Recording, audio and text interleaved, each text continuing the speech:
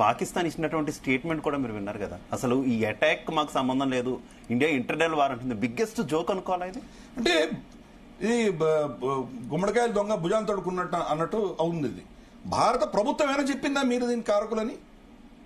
Official గా మనం ఏం చెప్పలేదు కదా. చెప్పకుండా వాడు ఎందుకు చెప్తున్నాడు ఇది అంతర్గతమైన విషయం అని? రేపు ఎవిడెన్స్ కనుక పాకిస్తాన్ నుంచి వాడు కమ్యూనికేషన్ ఉంది, అక్కడి నుంచి హ్యాండ్లర్స్ ఎవరో చేశారని మనకు చూపిస్తే కనుక అప్పుడేమంటాడు? ఏమీ ఎవిడెన్స్ లేకుండానే ముందరే నాకేం తెలియదు అంటే దాని అర్థం ఏంటి? అంటే నువ్వు ఏదో ఉంది అనే కదా అర్థం. అది భారత ప్రభుత్వం నుంచి ఎక్కడి నుంచైనా వచ్చిందా? ఎవరూ స్టేట్మెంట్ ఇవ్వలేదు కదా భారత ప్రభుత్వం.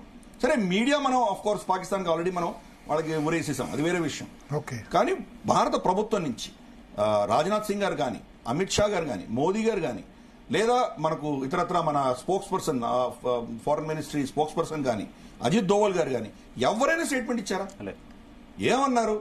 దీనికి బాధ్యులు ఎవరో వాళ్ళని వదిలిపెట్టము, ఫస్ట్ స్టేట్మెంట్. రాజ్నాథ్ సింగ్ గారు ఏం చెప్పారు? చంపిన వాళ్ళని ఎలాగో మేము ఫినిష్ చేస్తాం, కానీ వీళ్ళ వెనకాల ఉన్నటువంటి శక్తులను కూడా మేము వదిలిపెట్టమన్నారు. అంతే అన్నారు, కానీ పాకిస్తాన్ అని చెప్పలేదే మనం. దాని వెనకాల శక్తులు ఎవరున్నారో మనకు తెలియదు. అది ఎప్పుడు కనుక్కుంటామో ఎవరున్నారో వాళ్ళని టార్గెట్ చేస్తామని చెప్పి ఎక్కడా పాకిస్తాన్ అనే పదం వాడలేదు. అయినా వాళ్ళు భుజాలు తడుకుంటున్నారు. అంటే వాళ్ళకి ఎంత భయం ఉందో మనం అర్థం చేసుకో. అది వాళ్ళకి కావాలి. భారతదేశం రిటాలియేట్ చేయాలి. రిటాలియేట్ చేయంగానే ప్రపంచాన్ని వాళ్ళు బ్లాక్మెయిల్ చేసి ఇది న్యూక్లియర్ వార్గా తయారవుతుంది, మీరు భారతదేశాన్ని ఆపండి అని చెప్పి గొడవ పెట్టి మన దగ్గర అంటే ప్రపంచం నుంచి వాళ్ళు పైసలు తీసుకోవడానికి ఒక స్కీమ్ వేసుకున్నారు.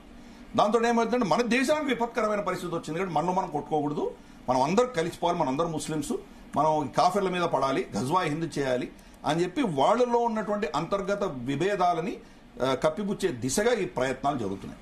కాబట్టి మనం వాళ్ళకి నిజంగా అటువంటి ఛాన్స్ ఇస్తామా లేదా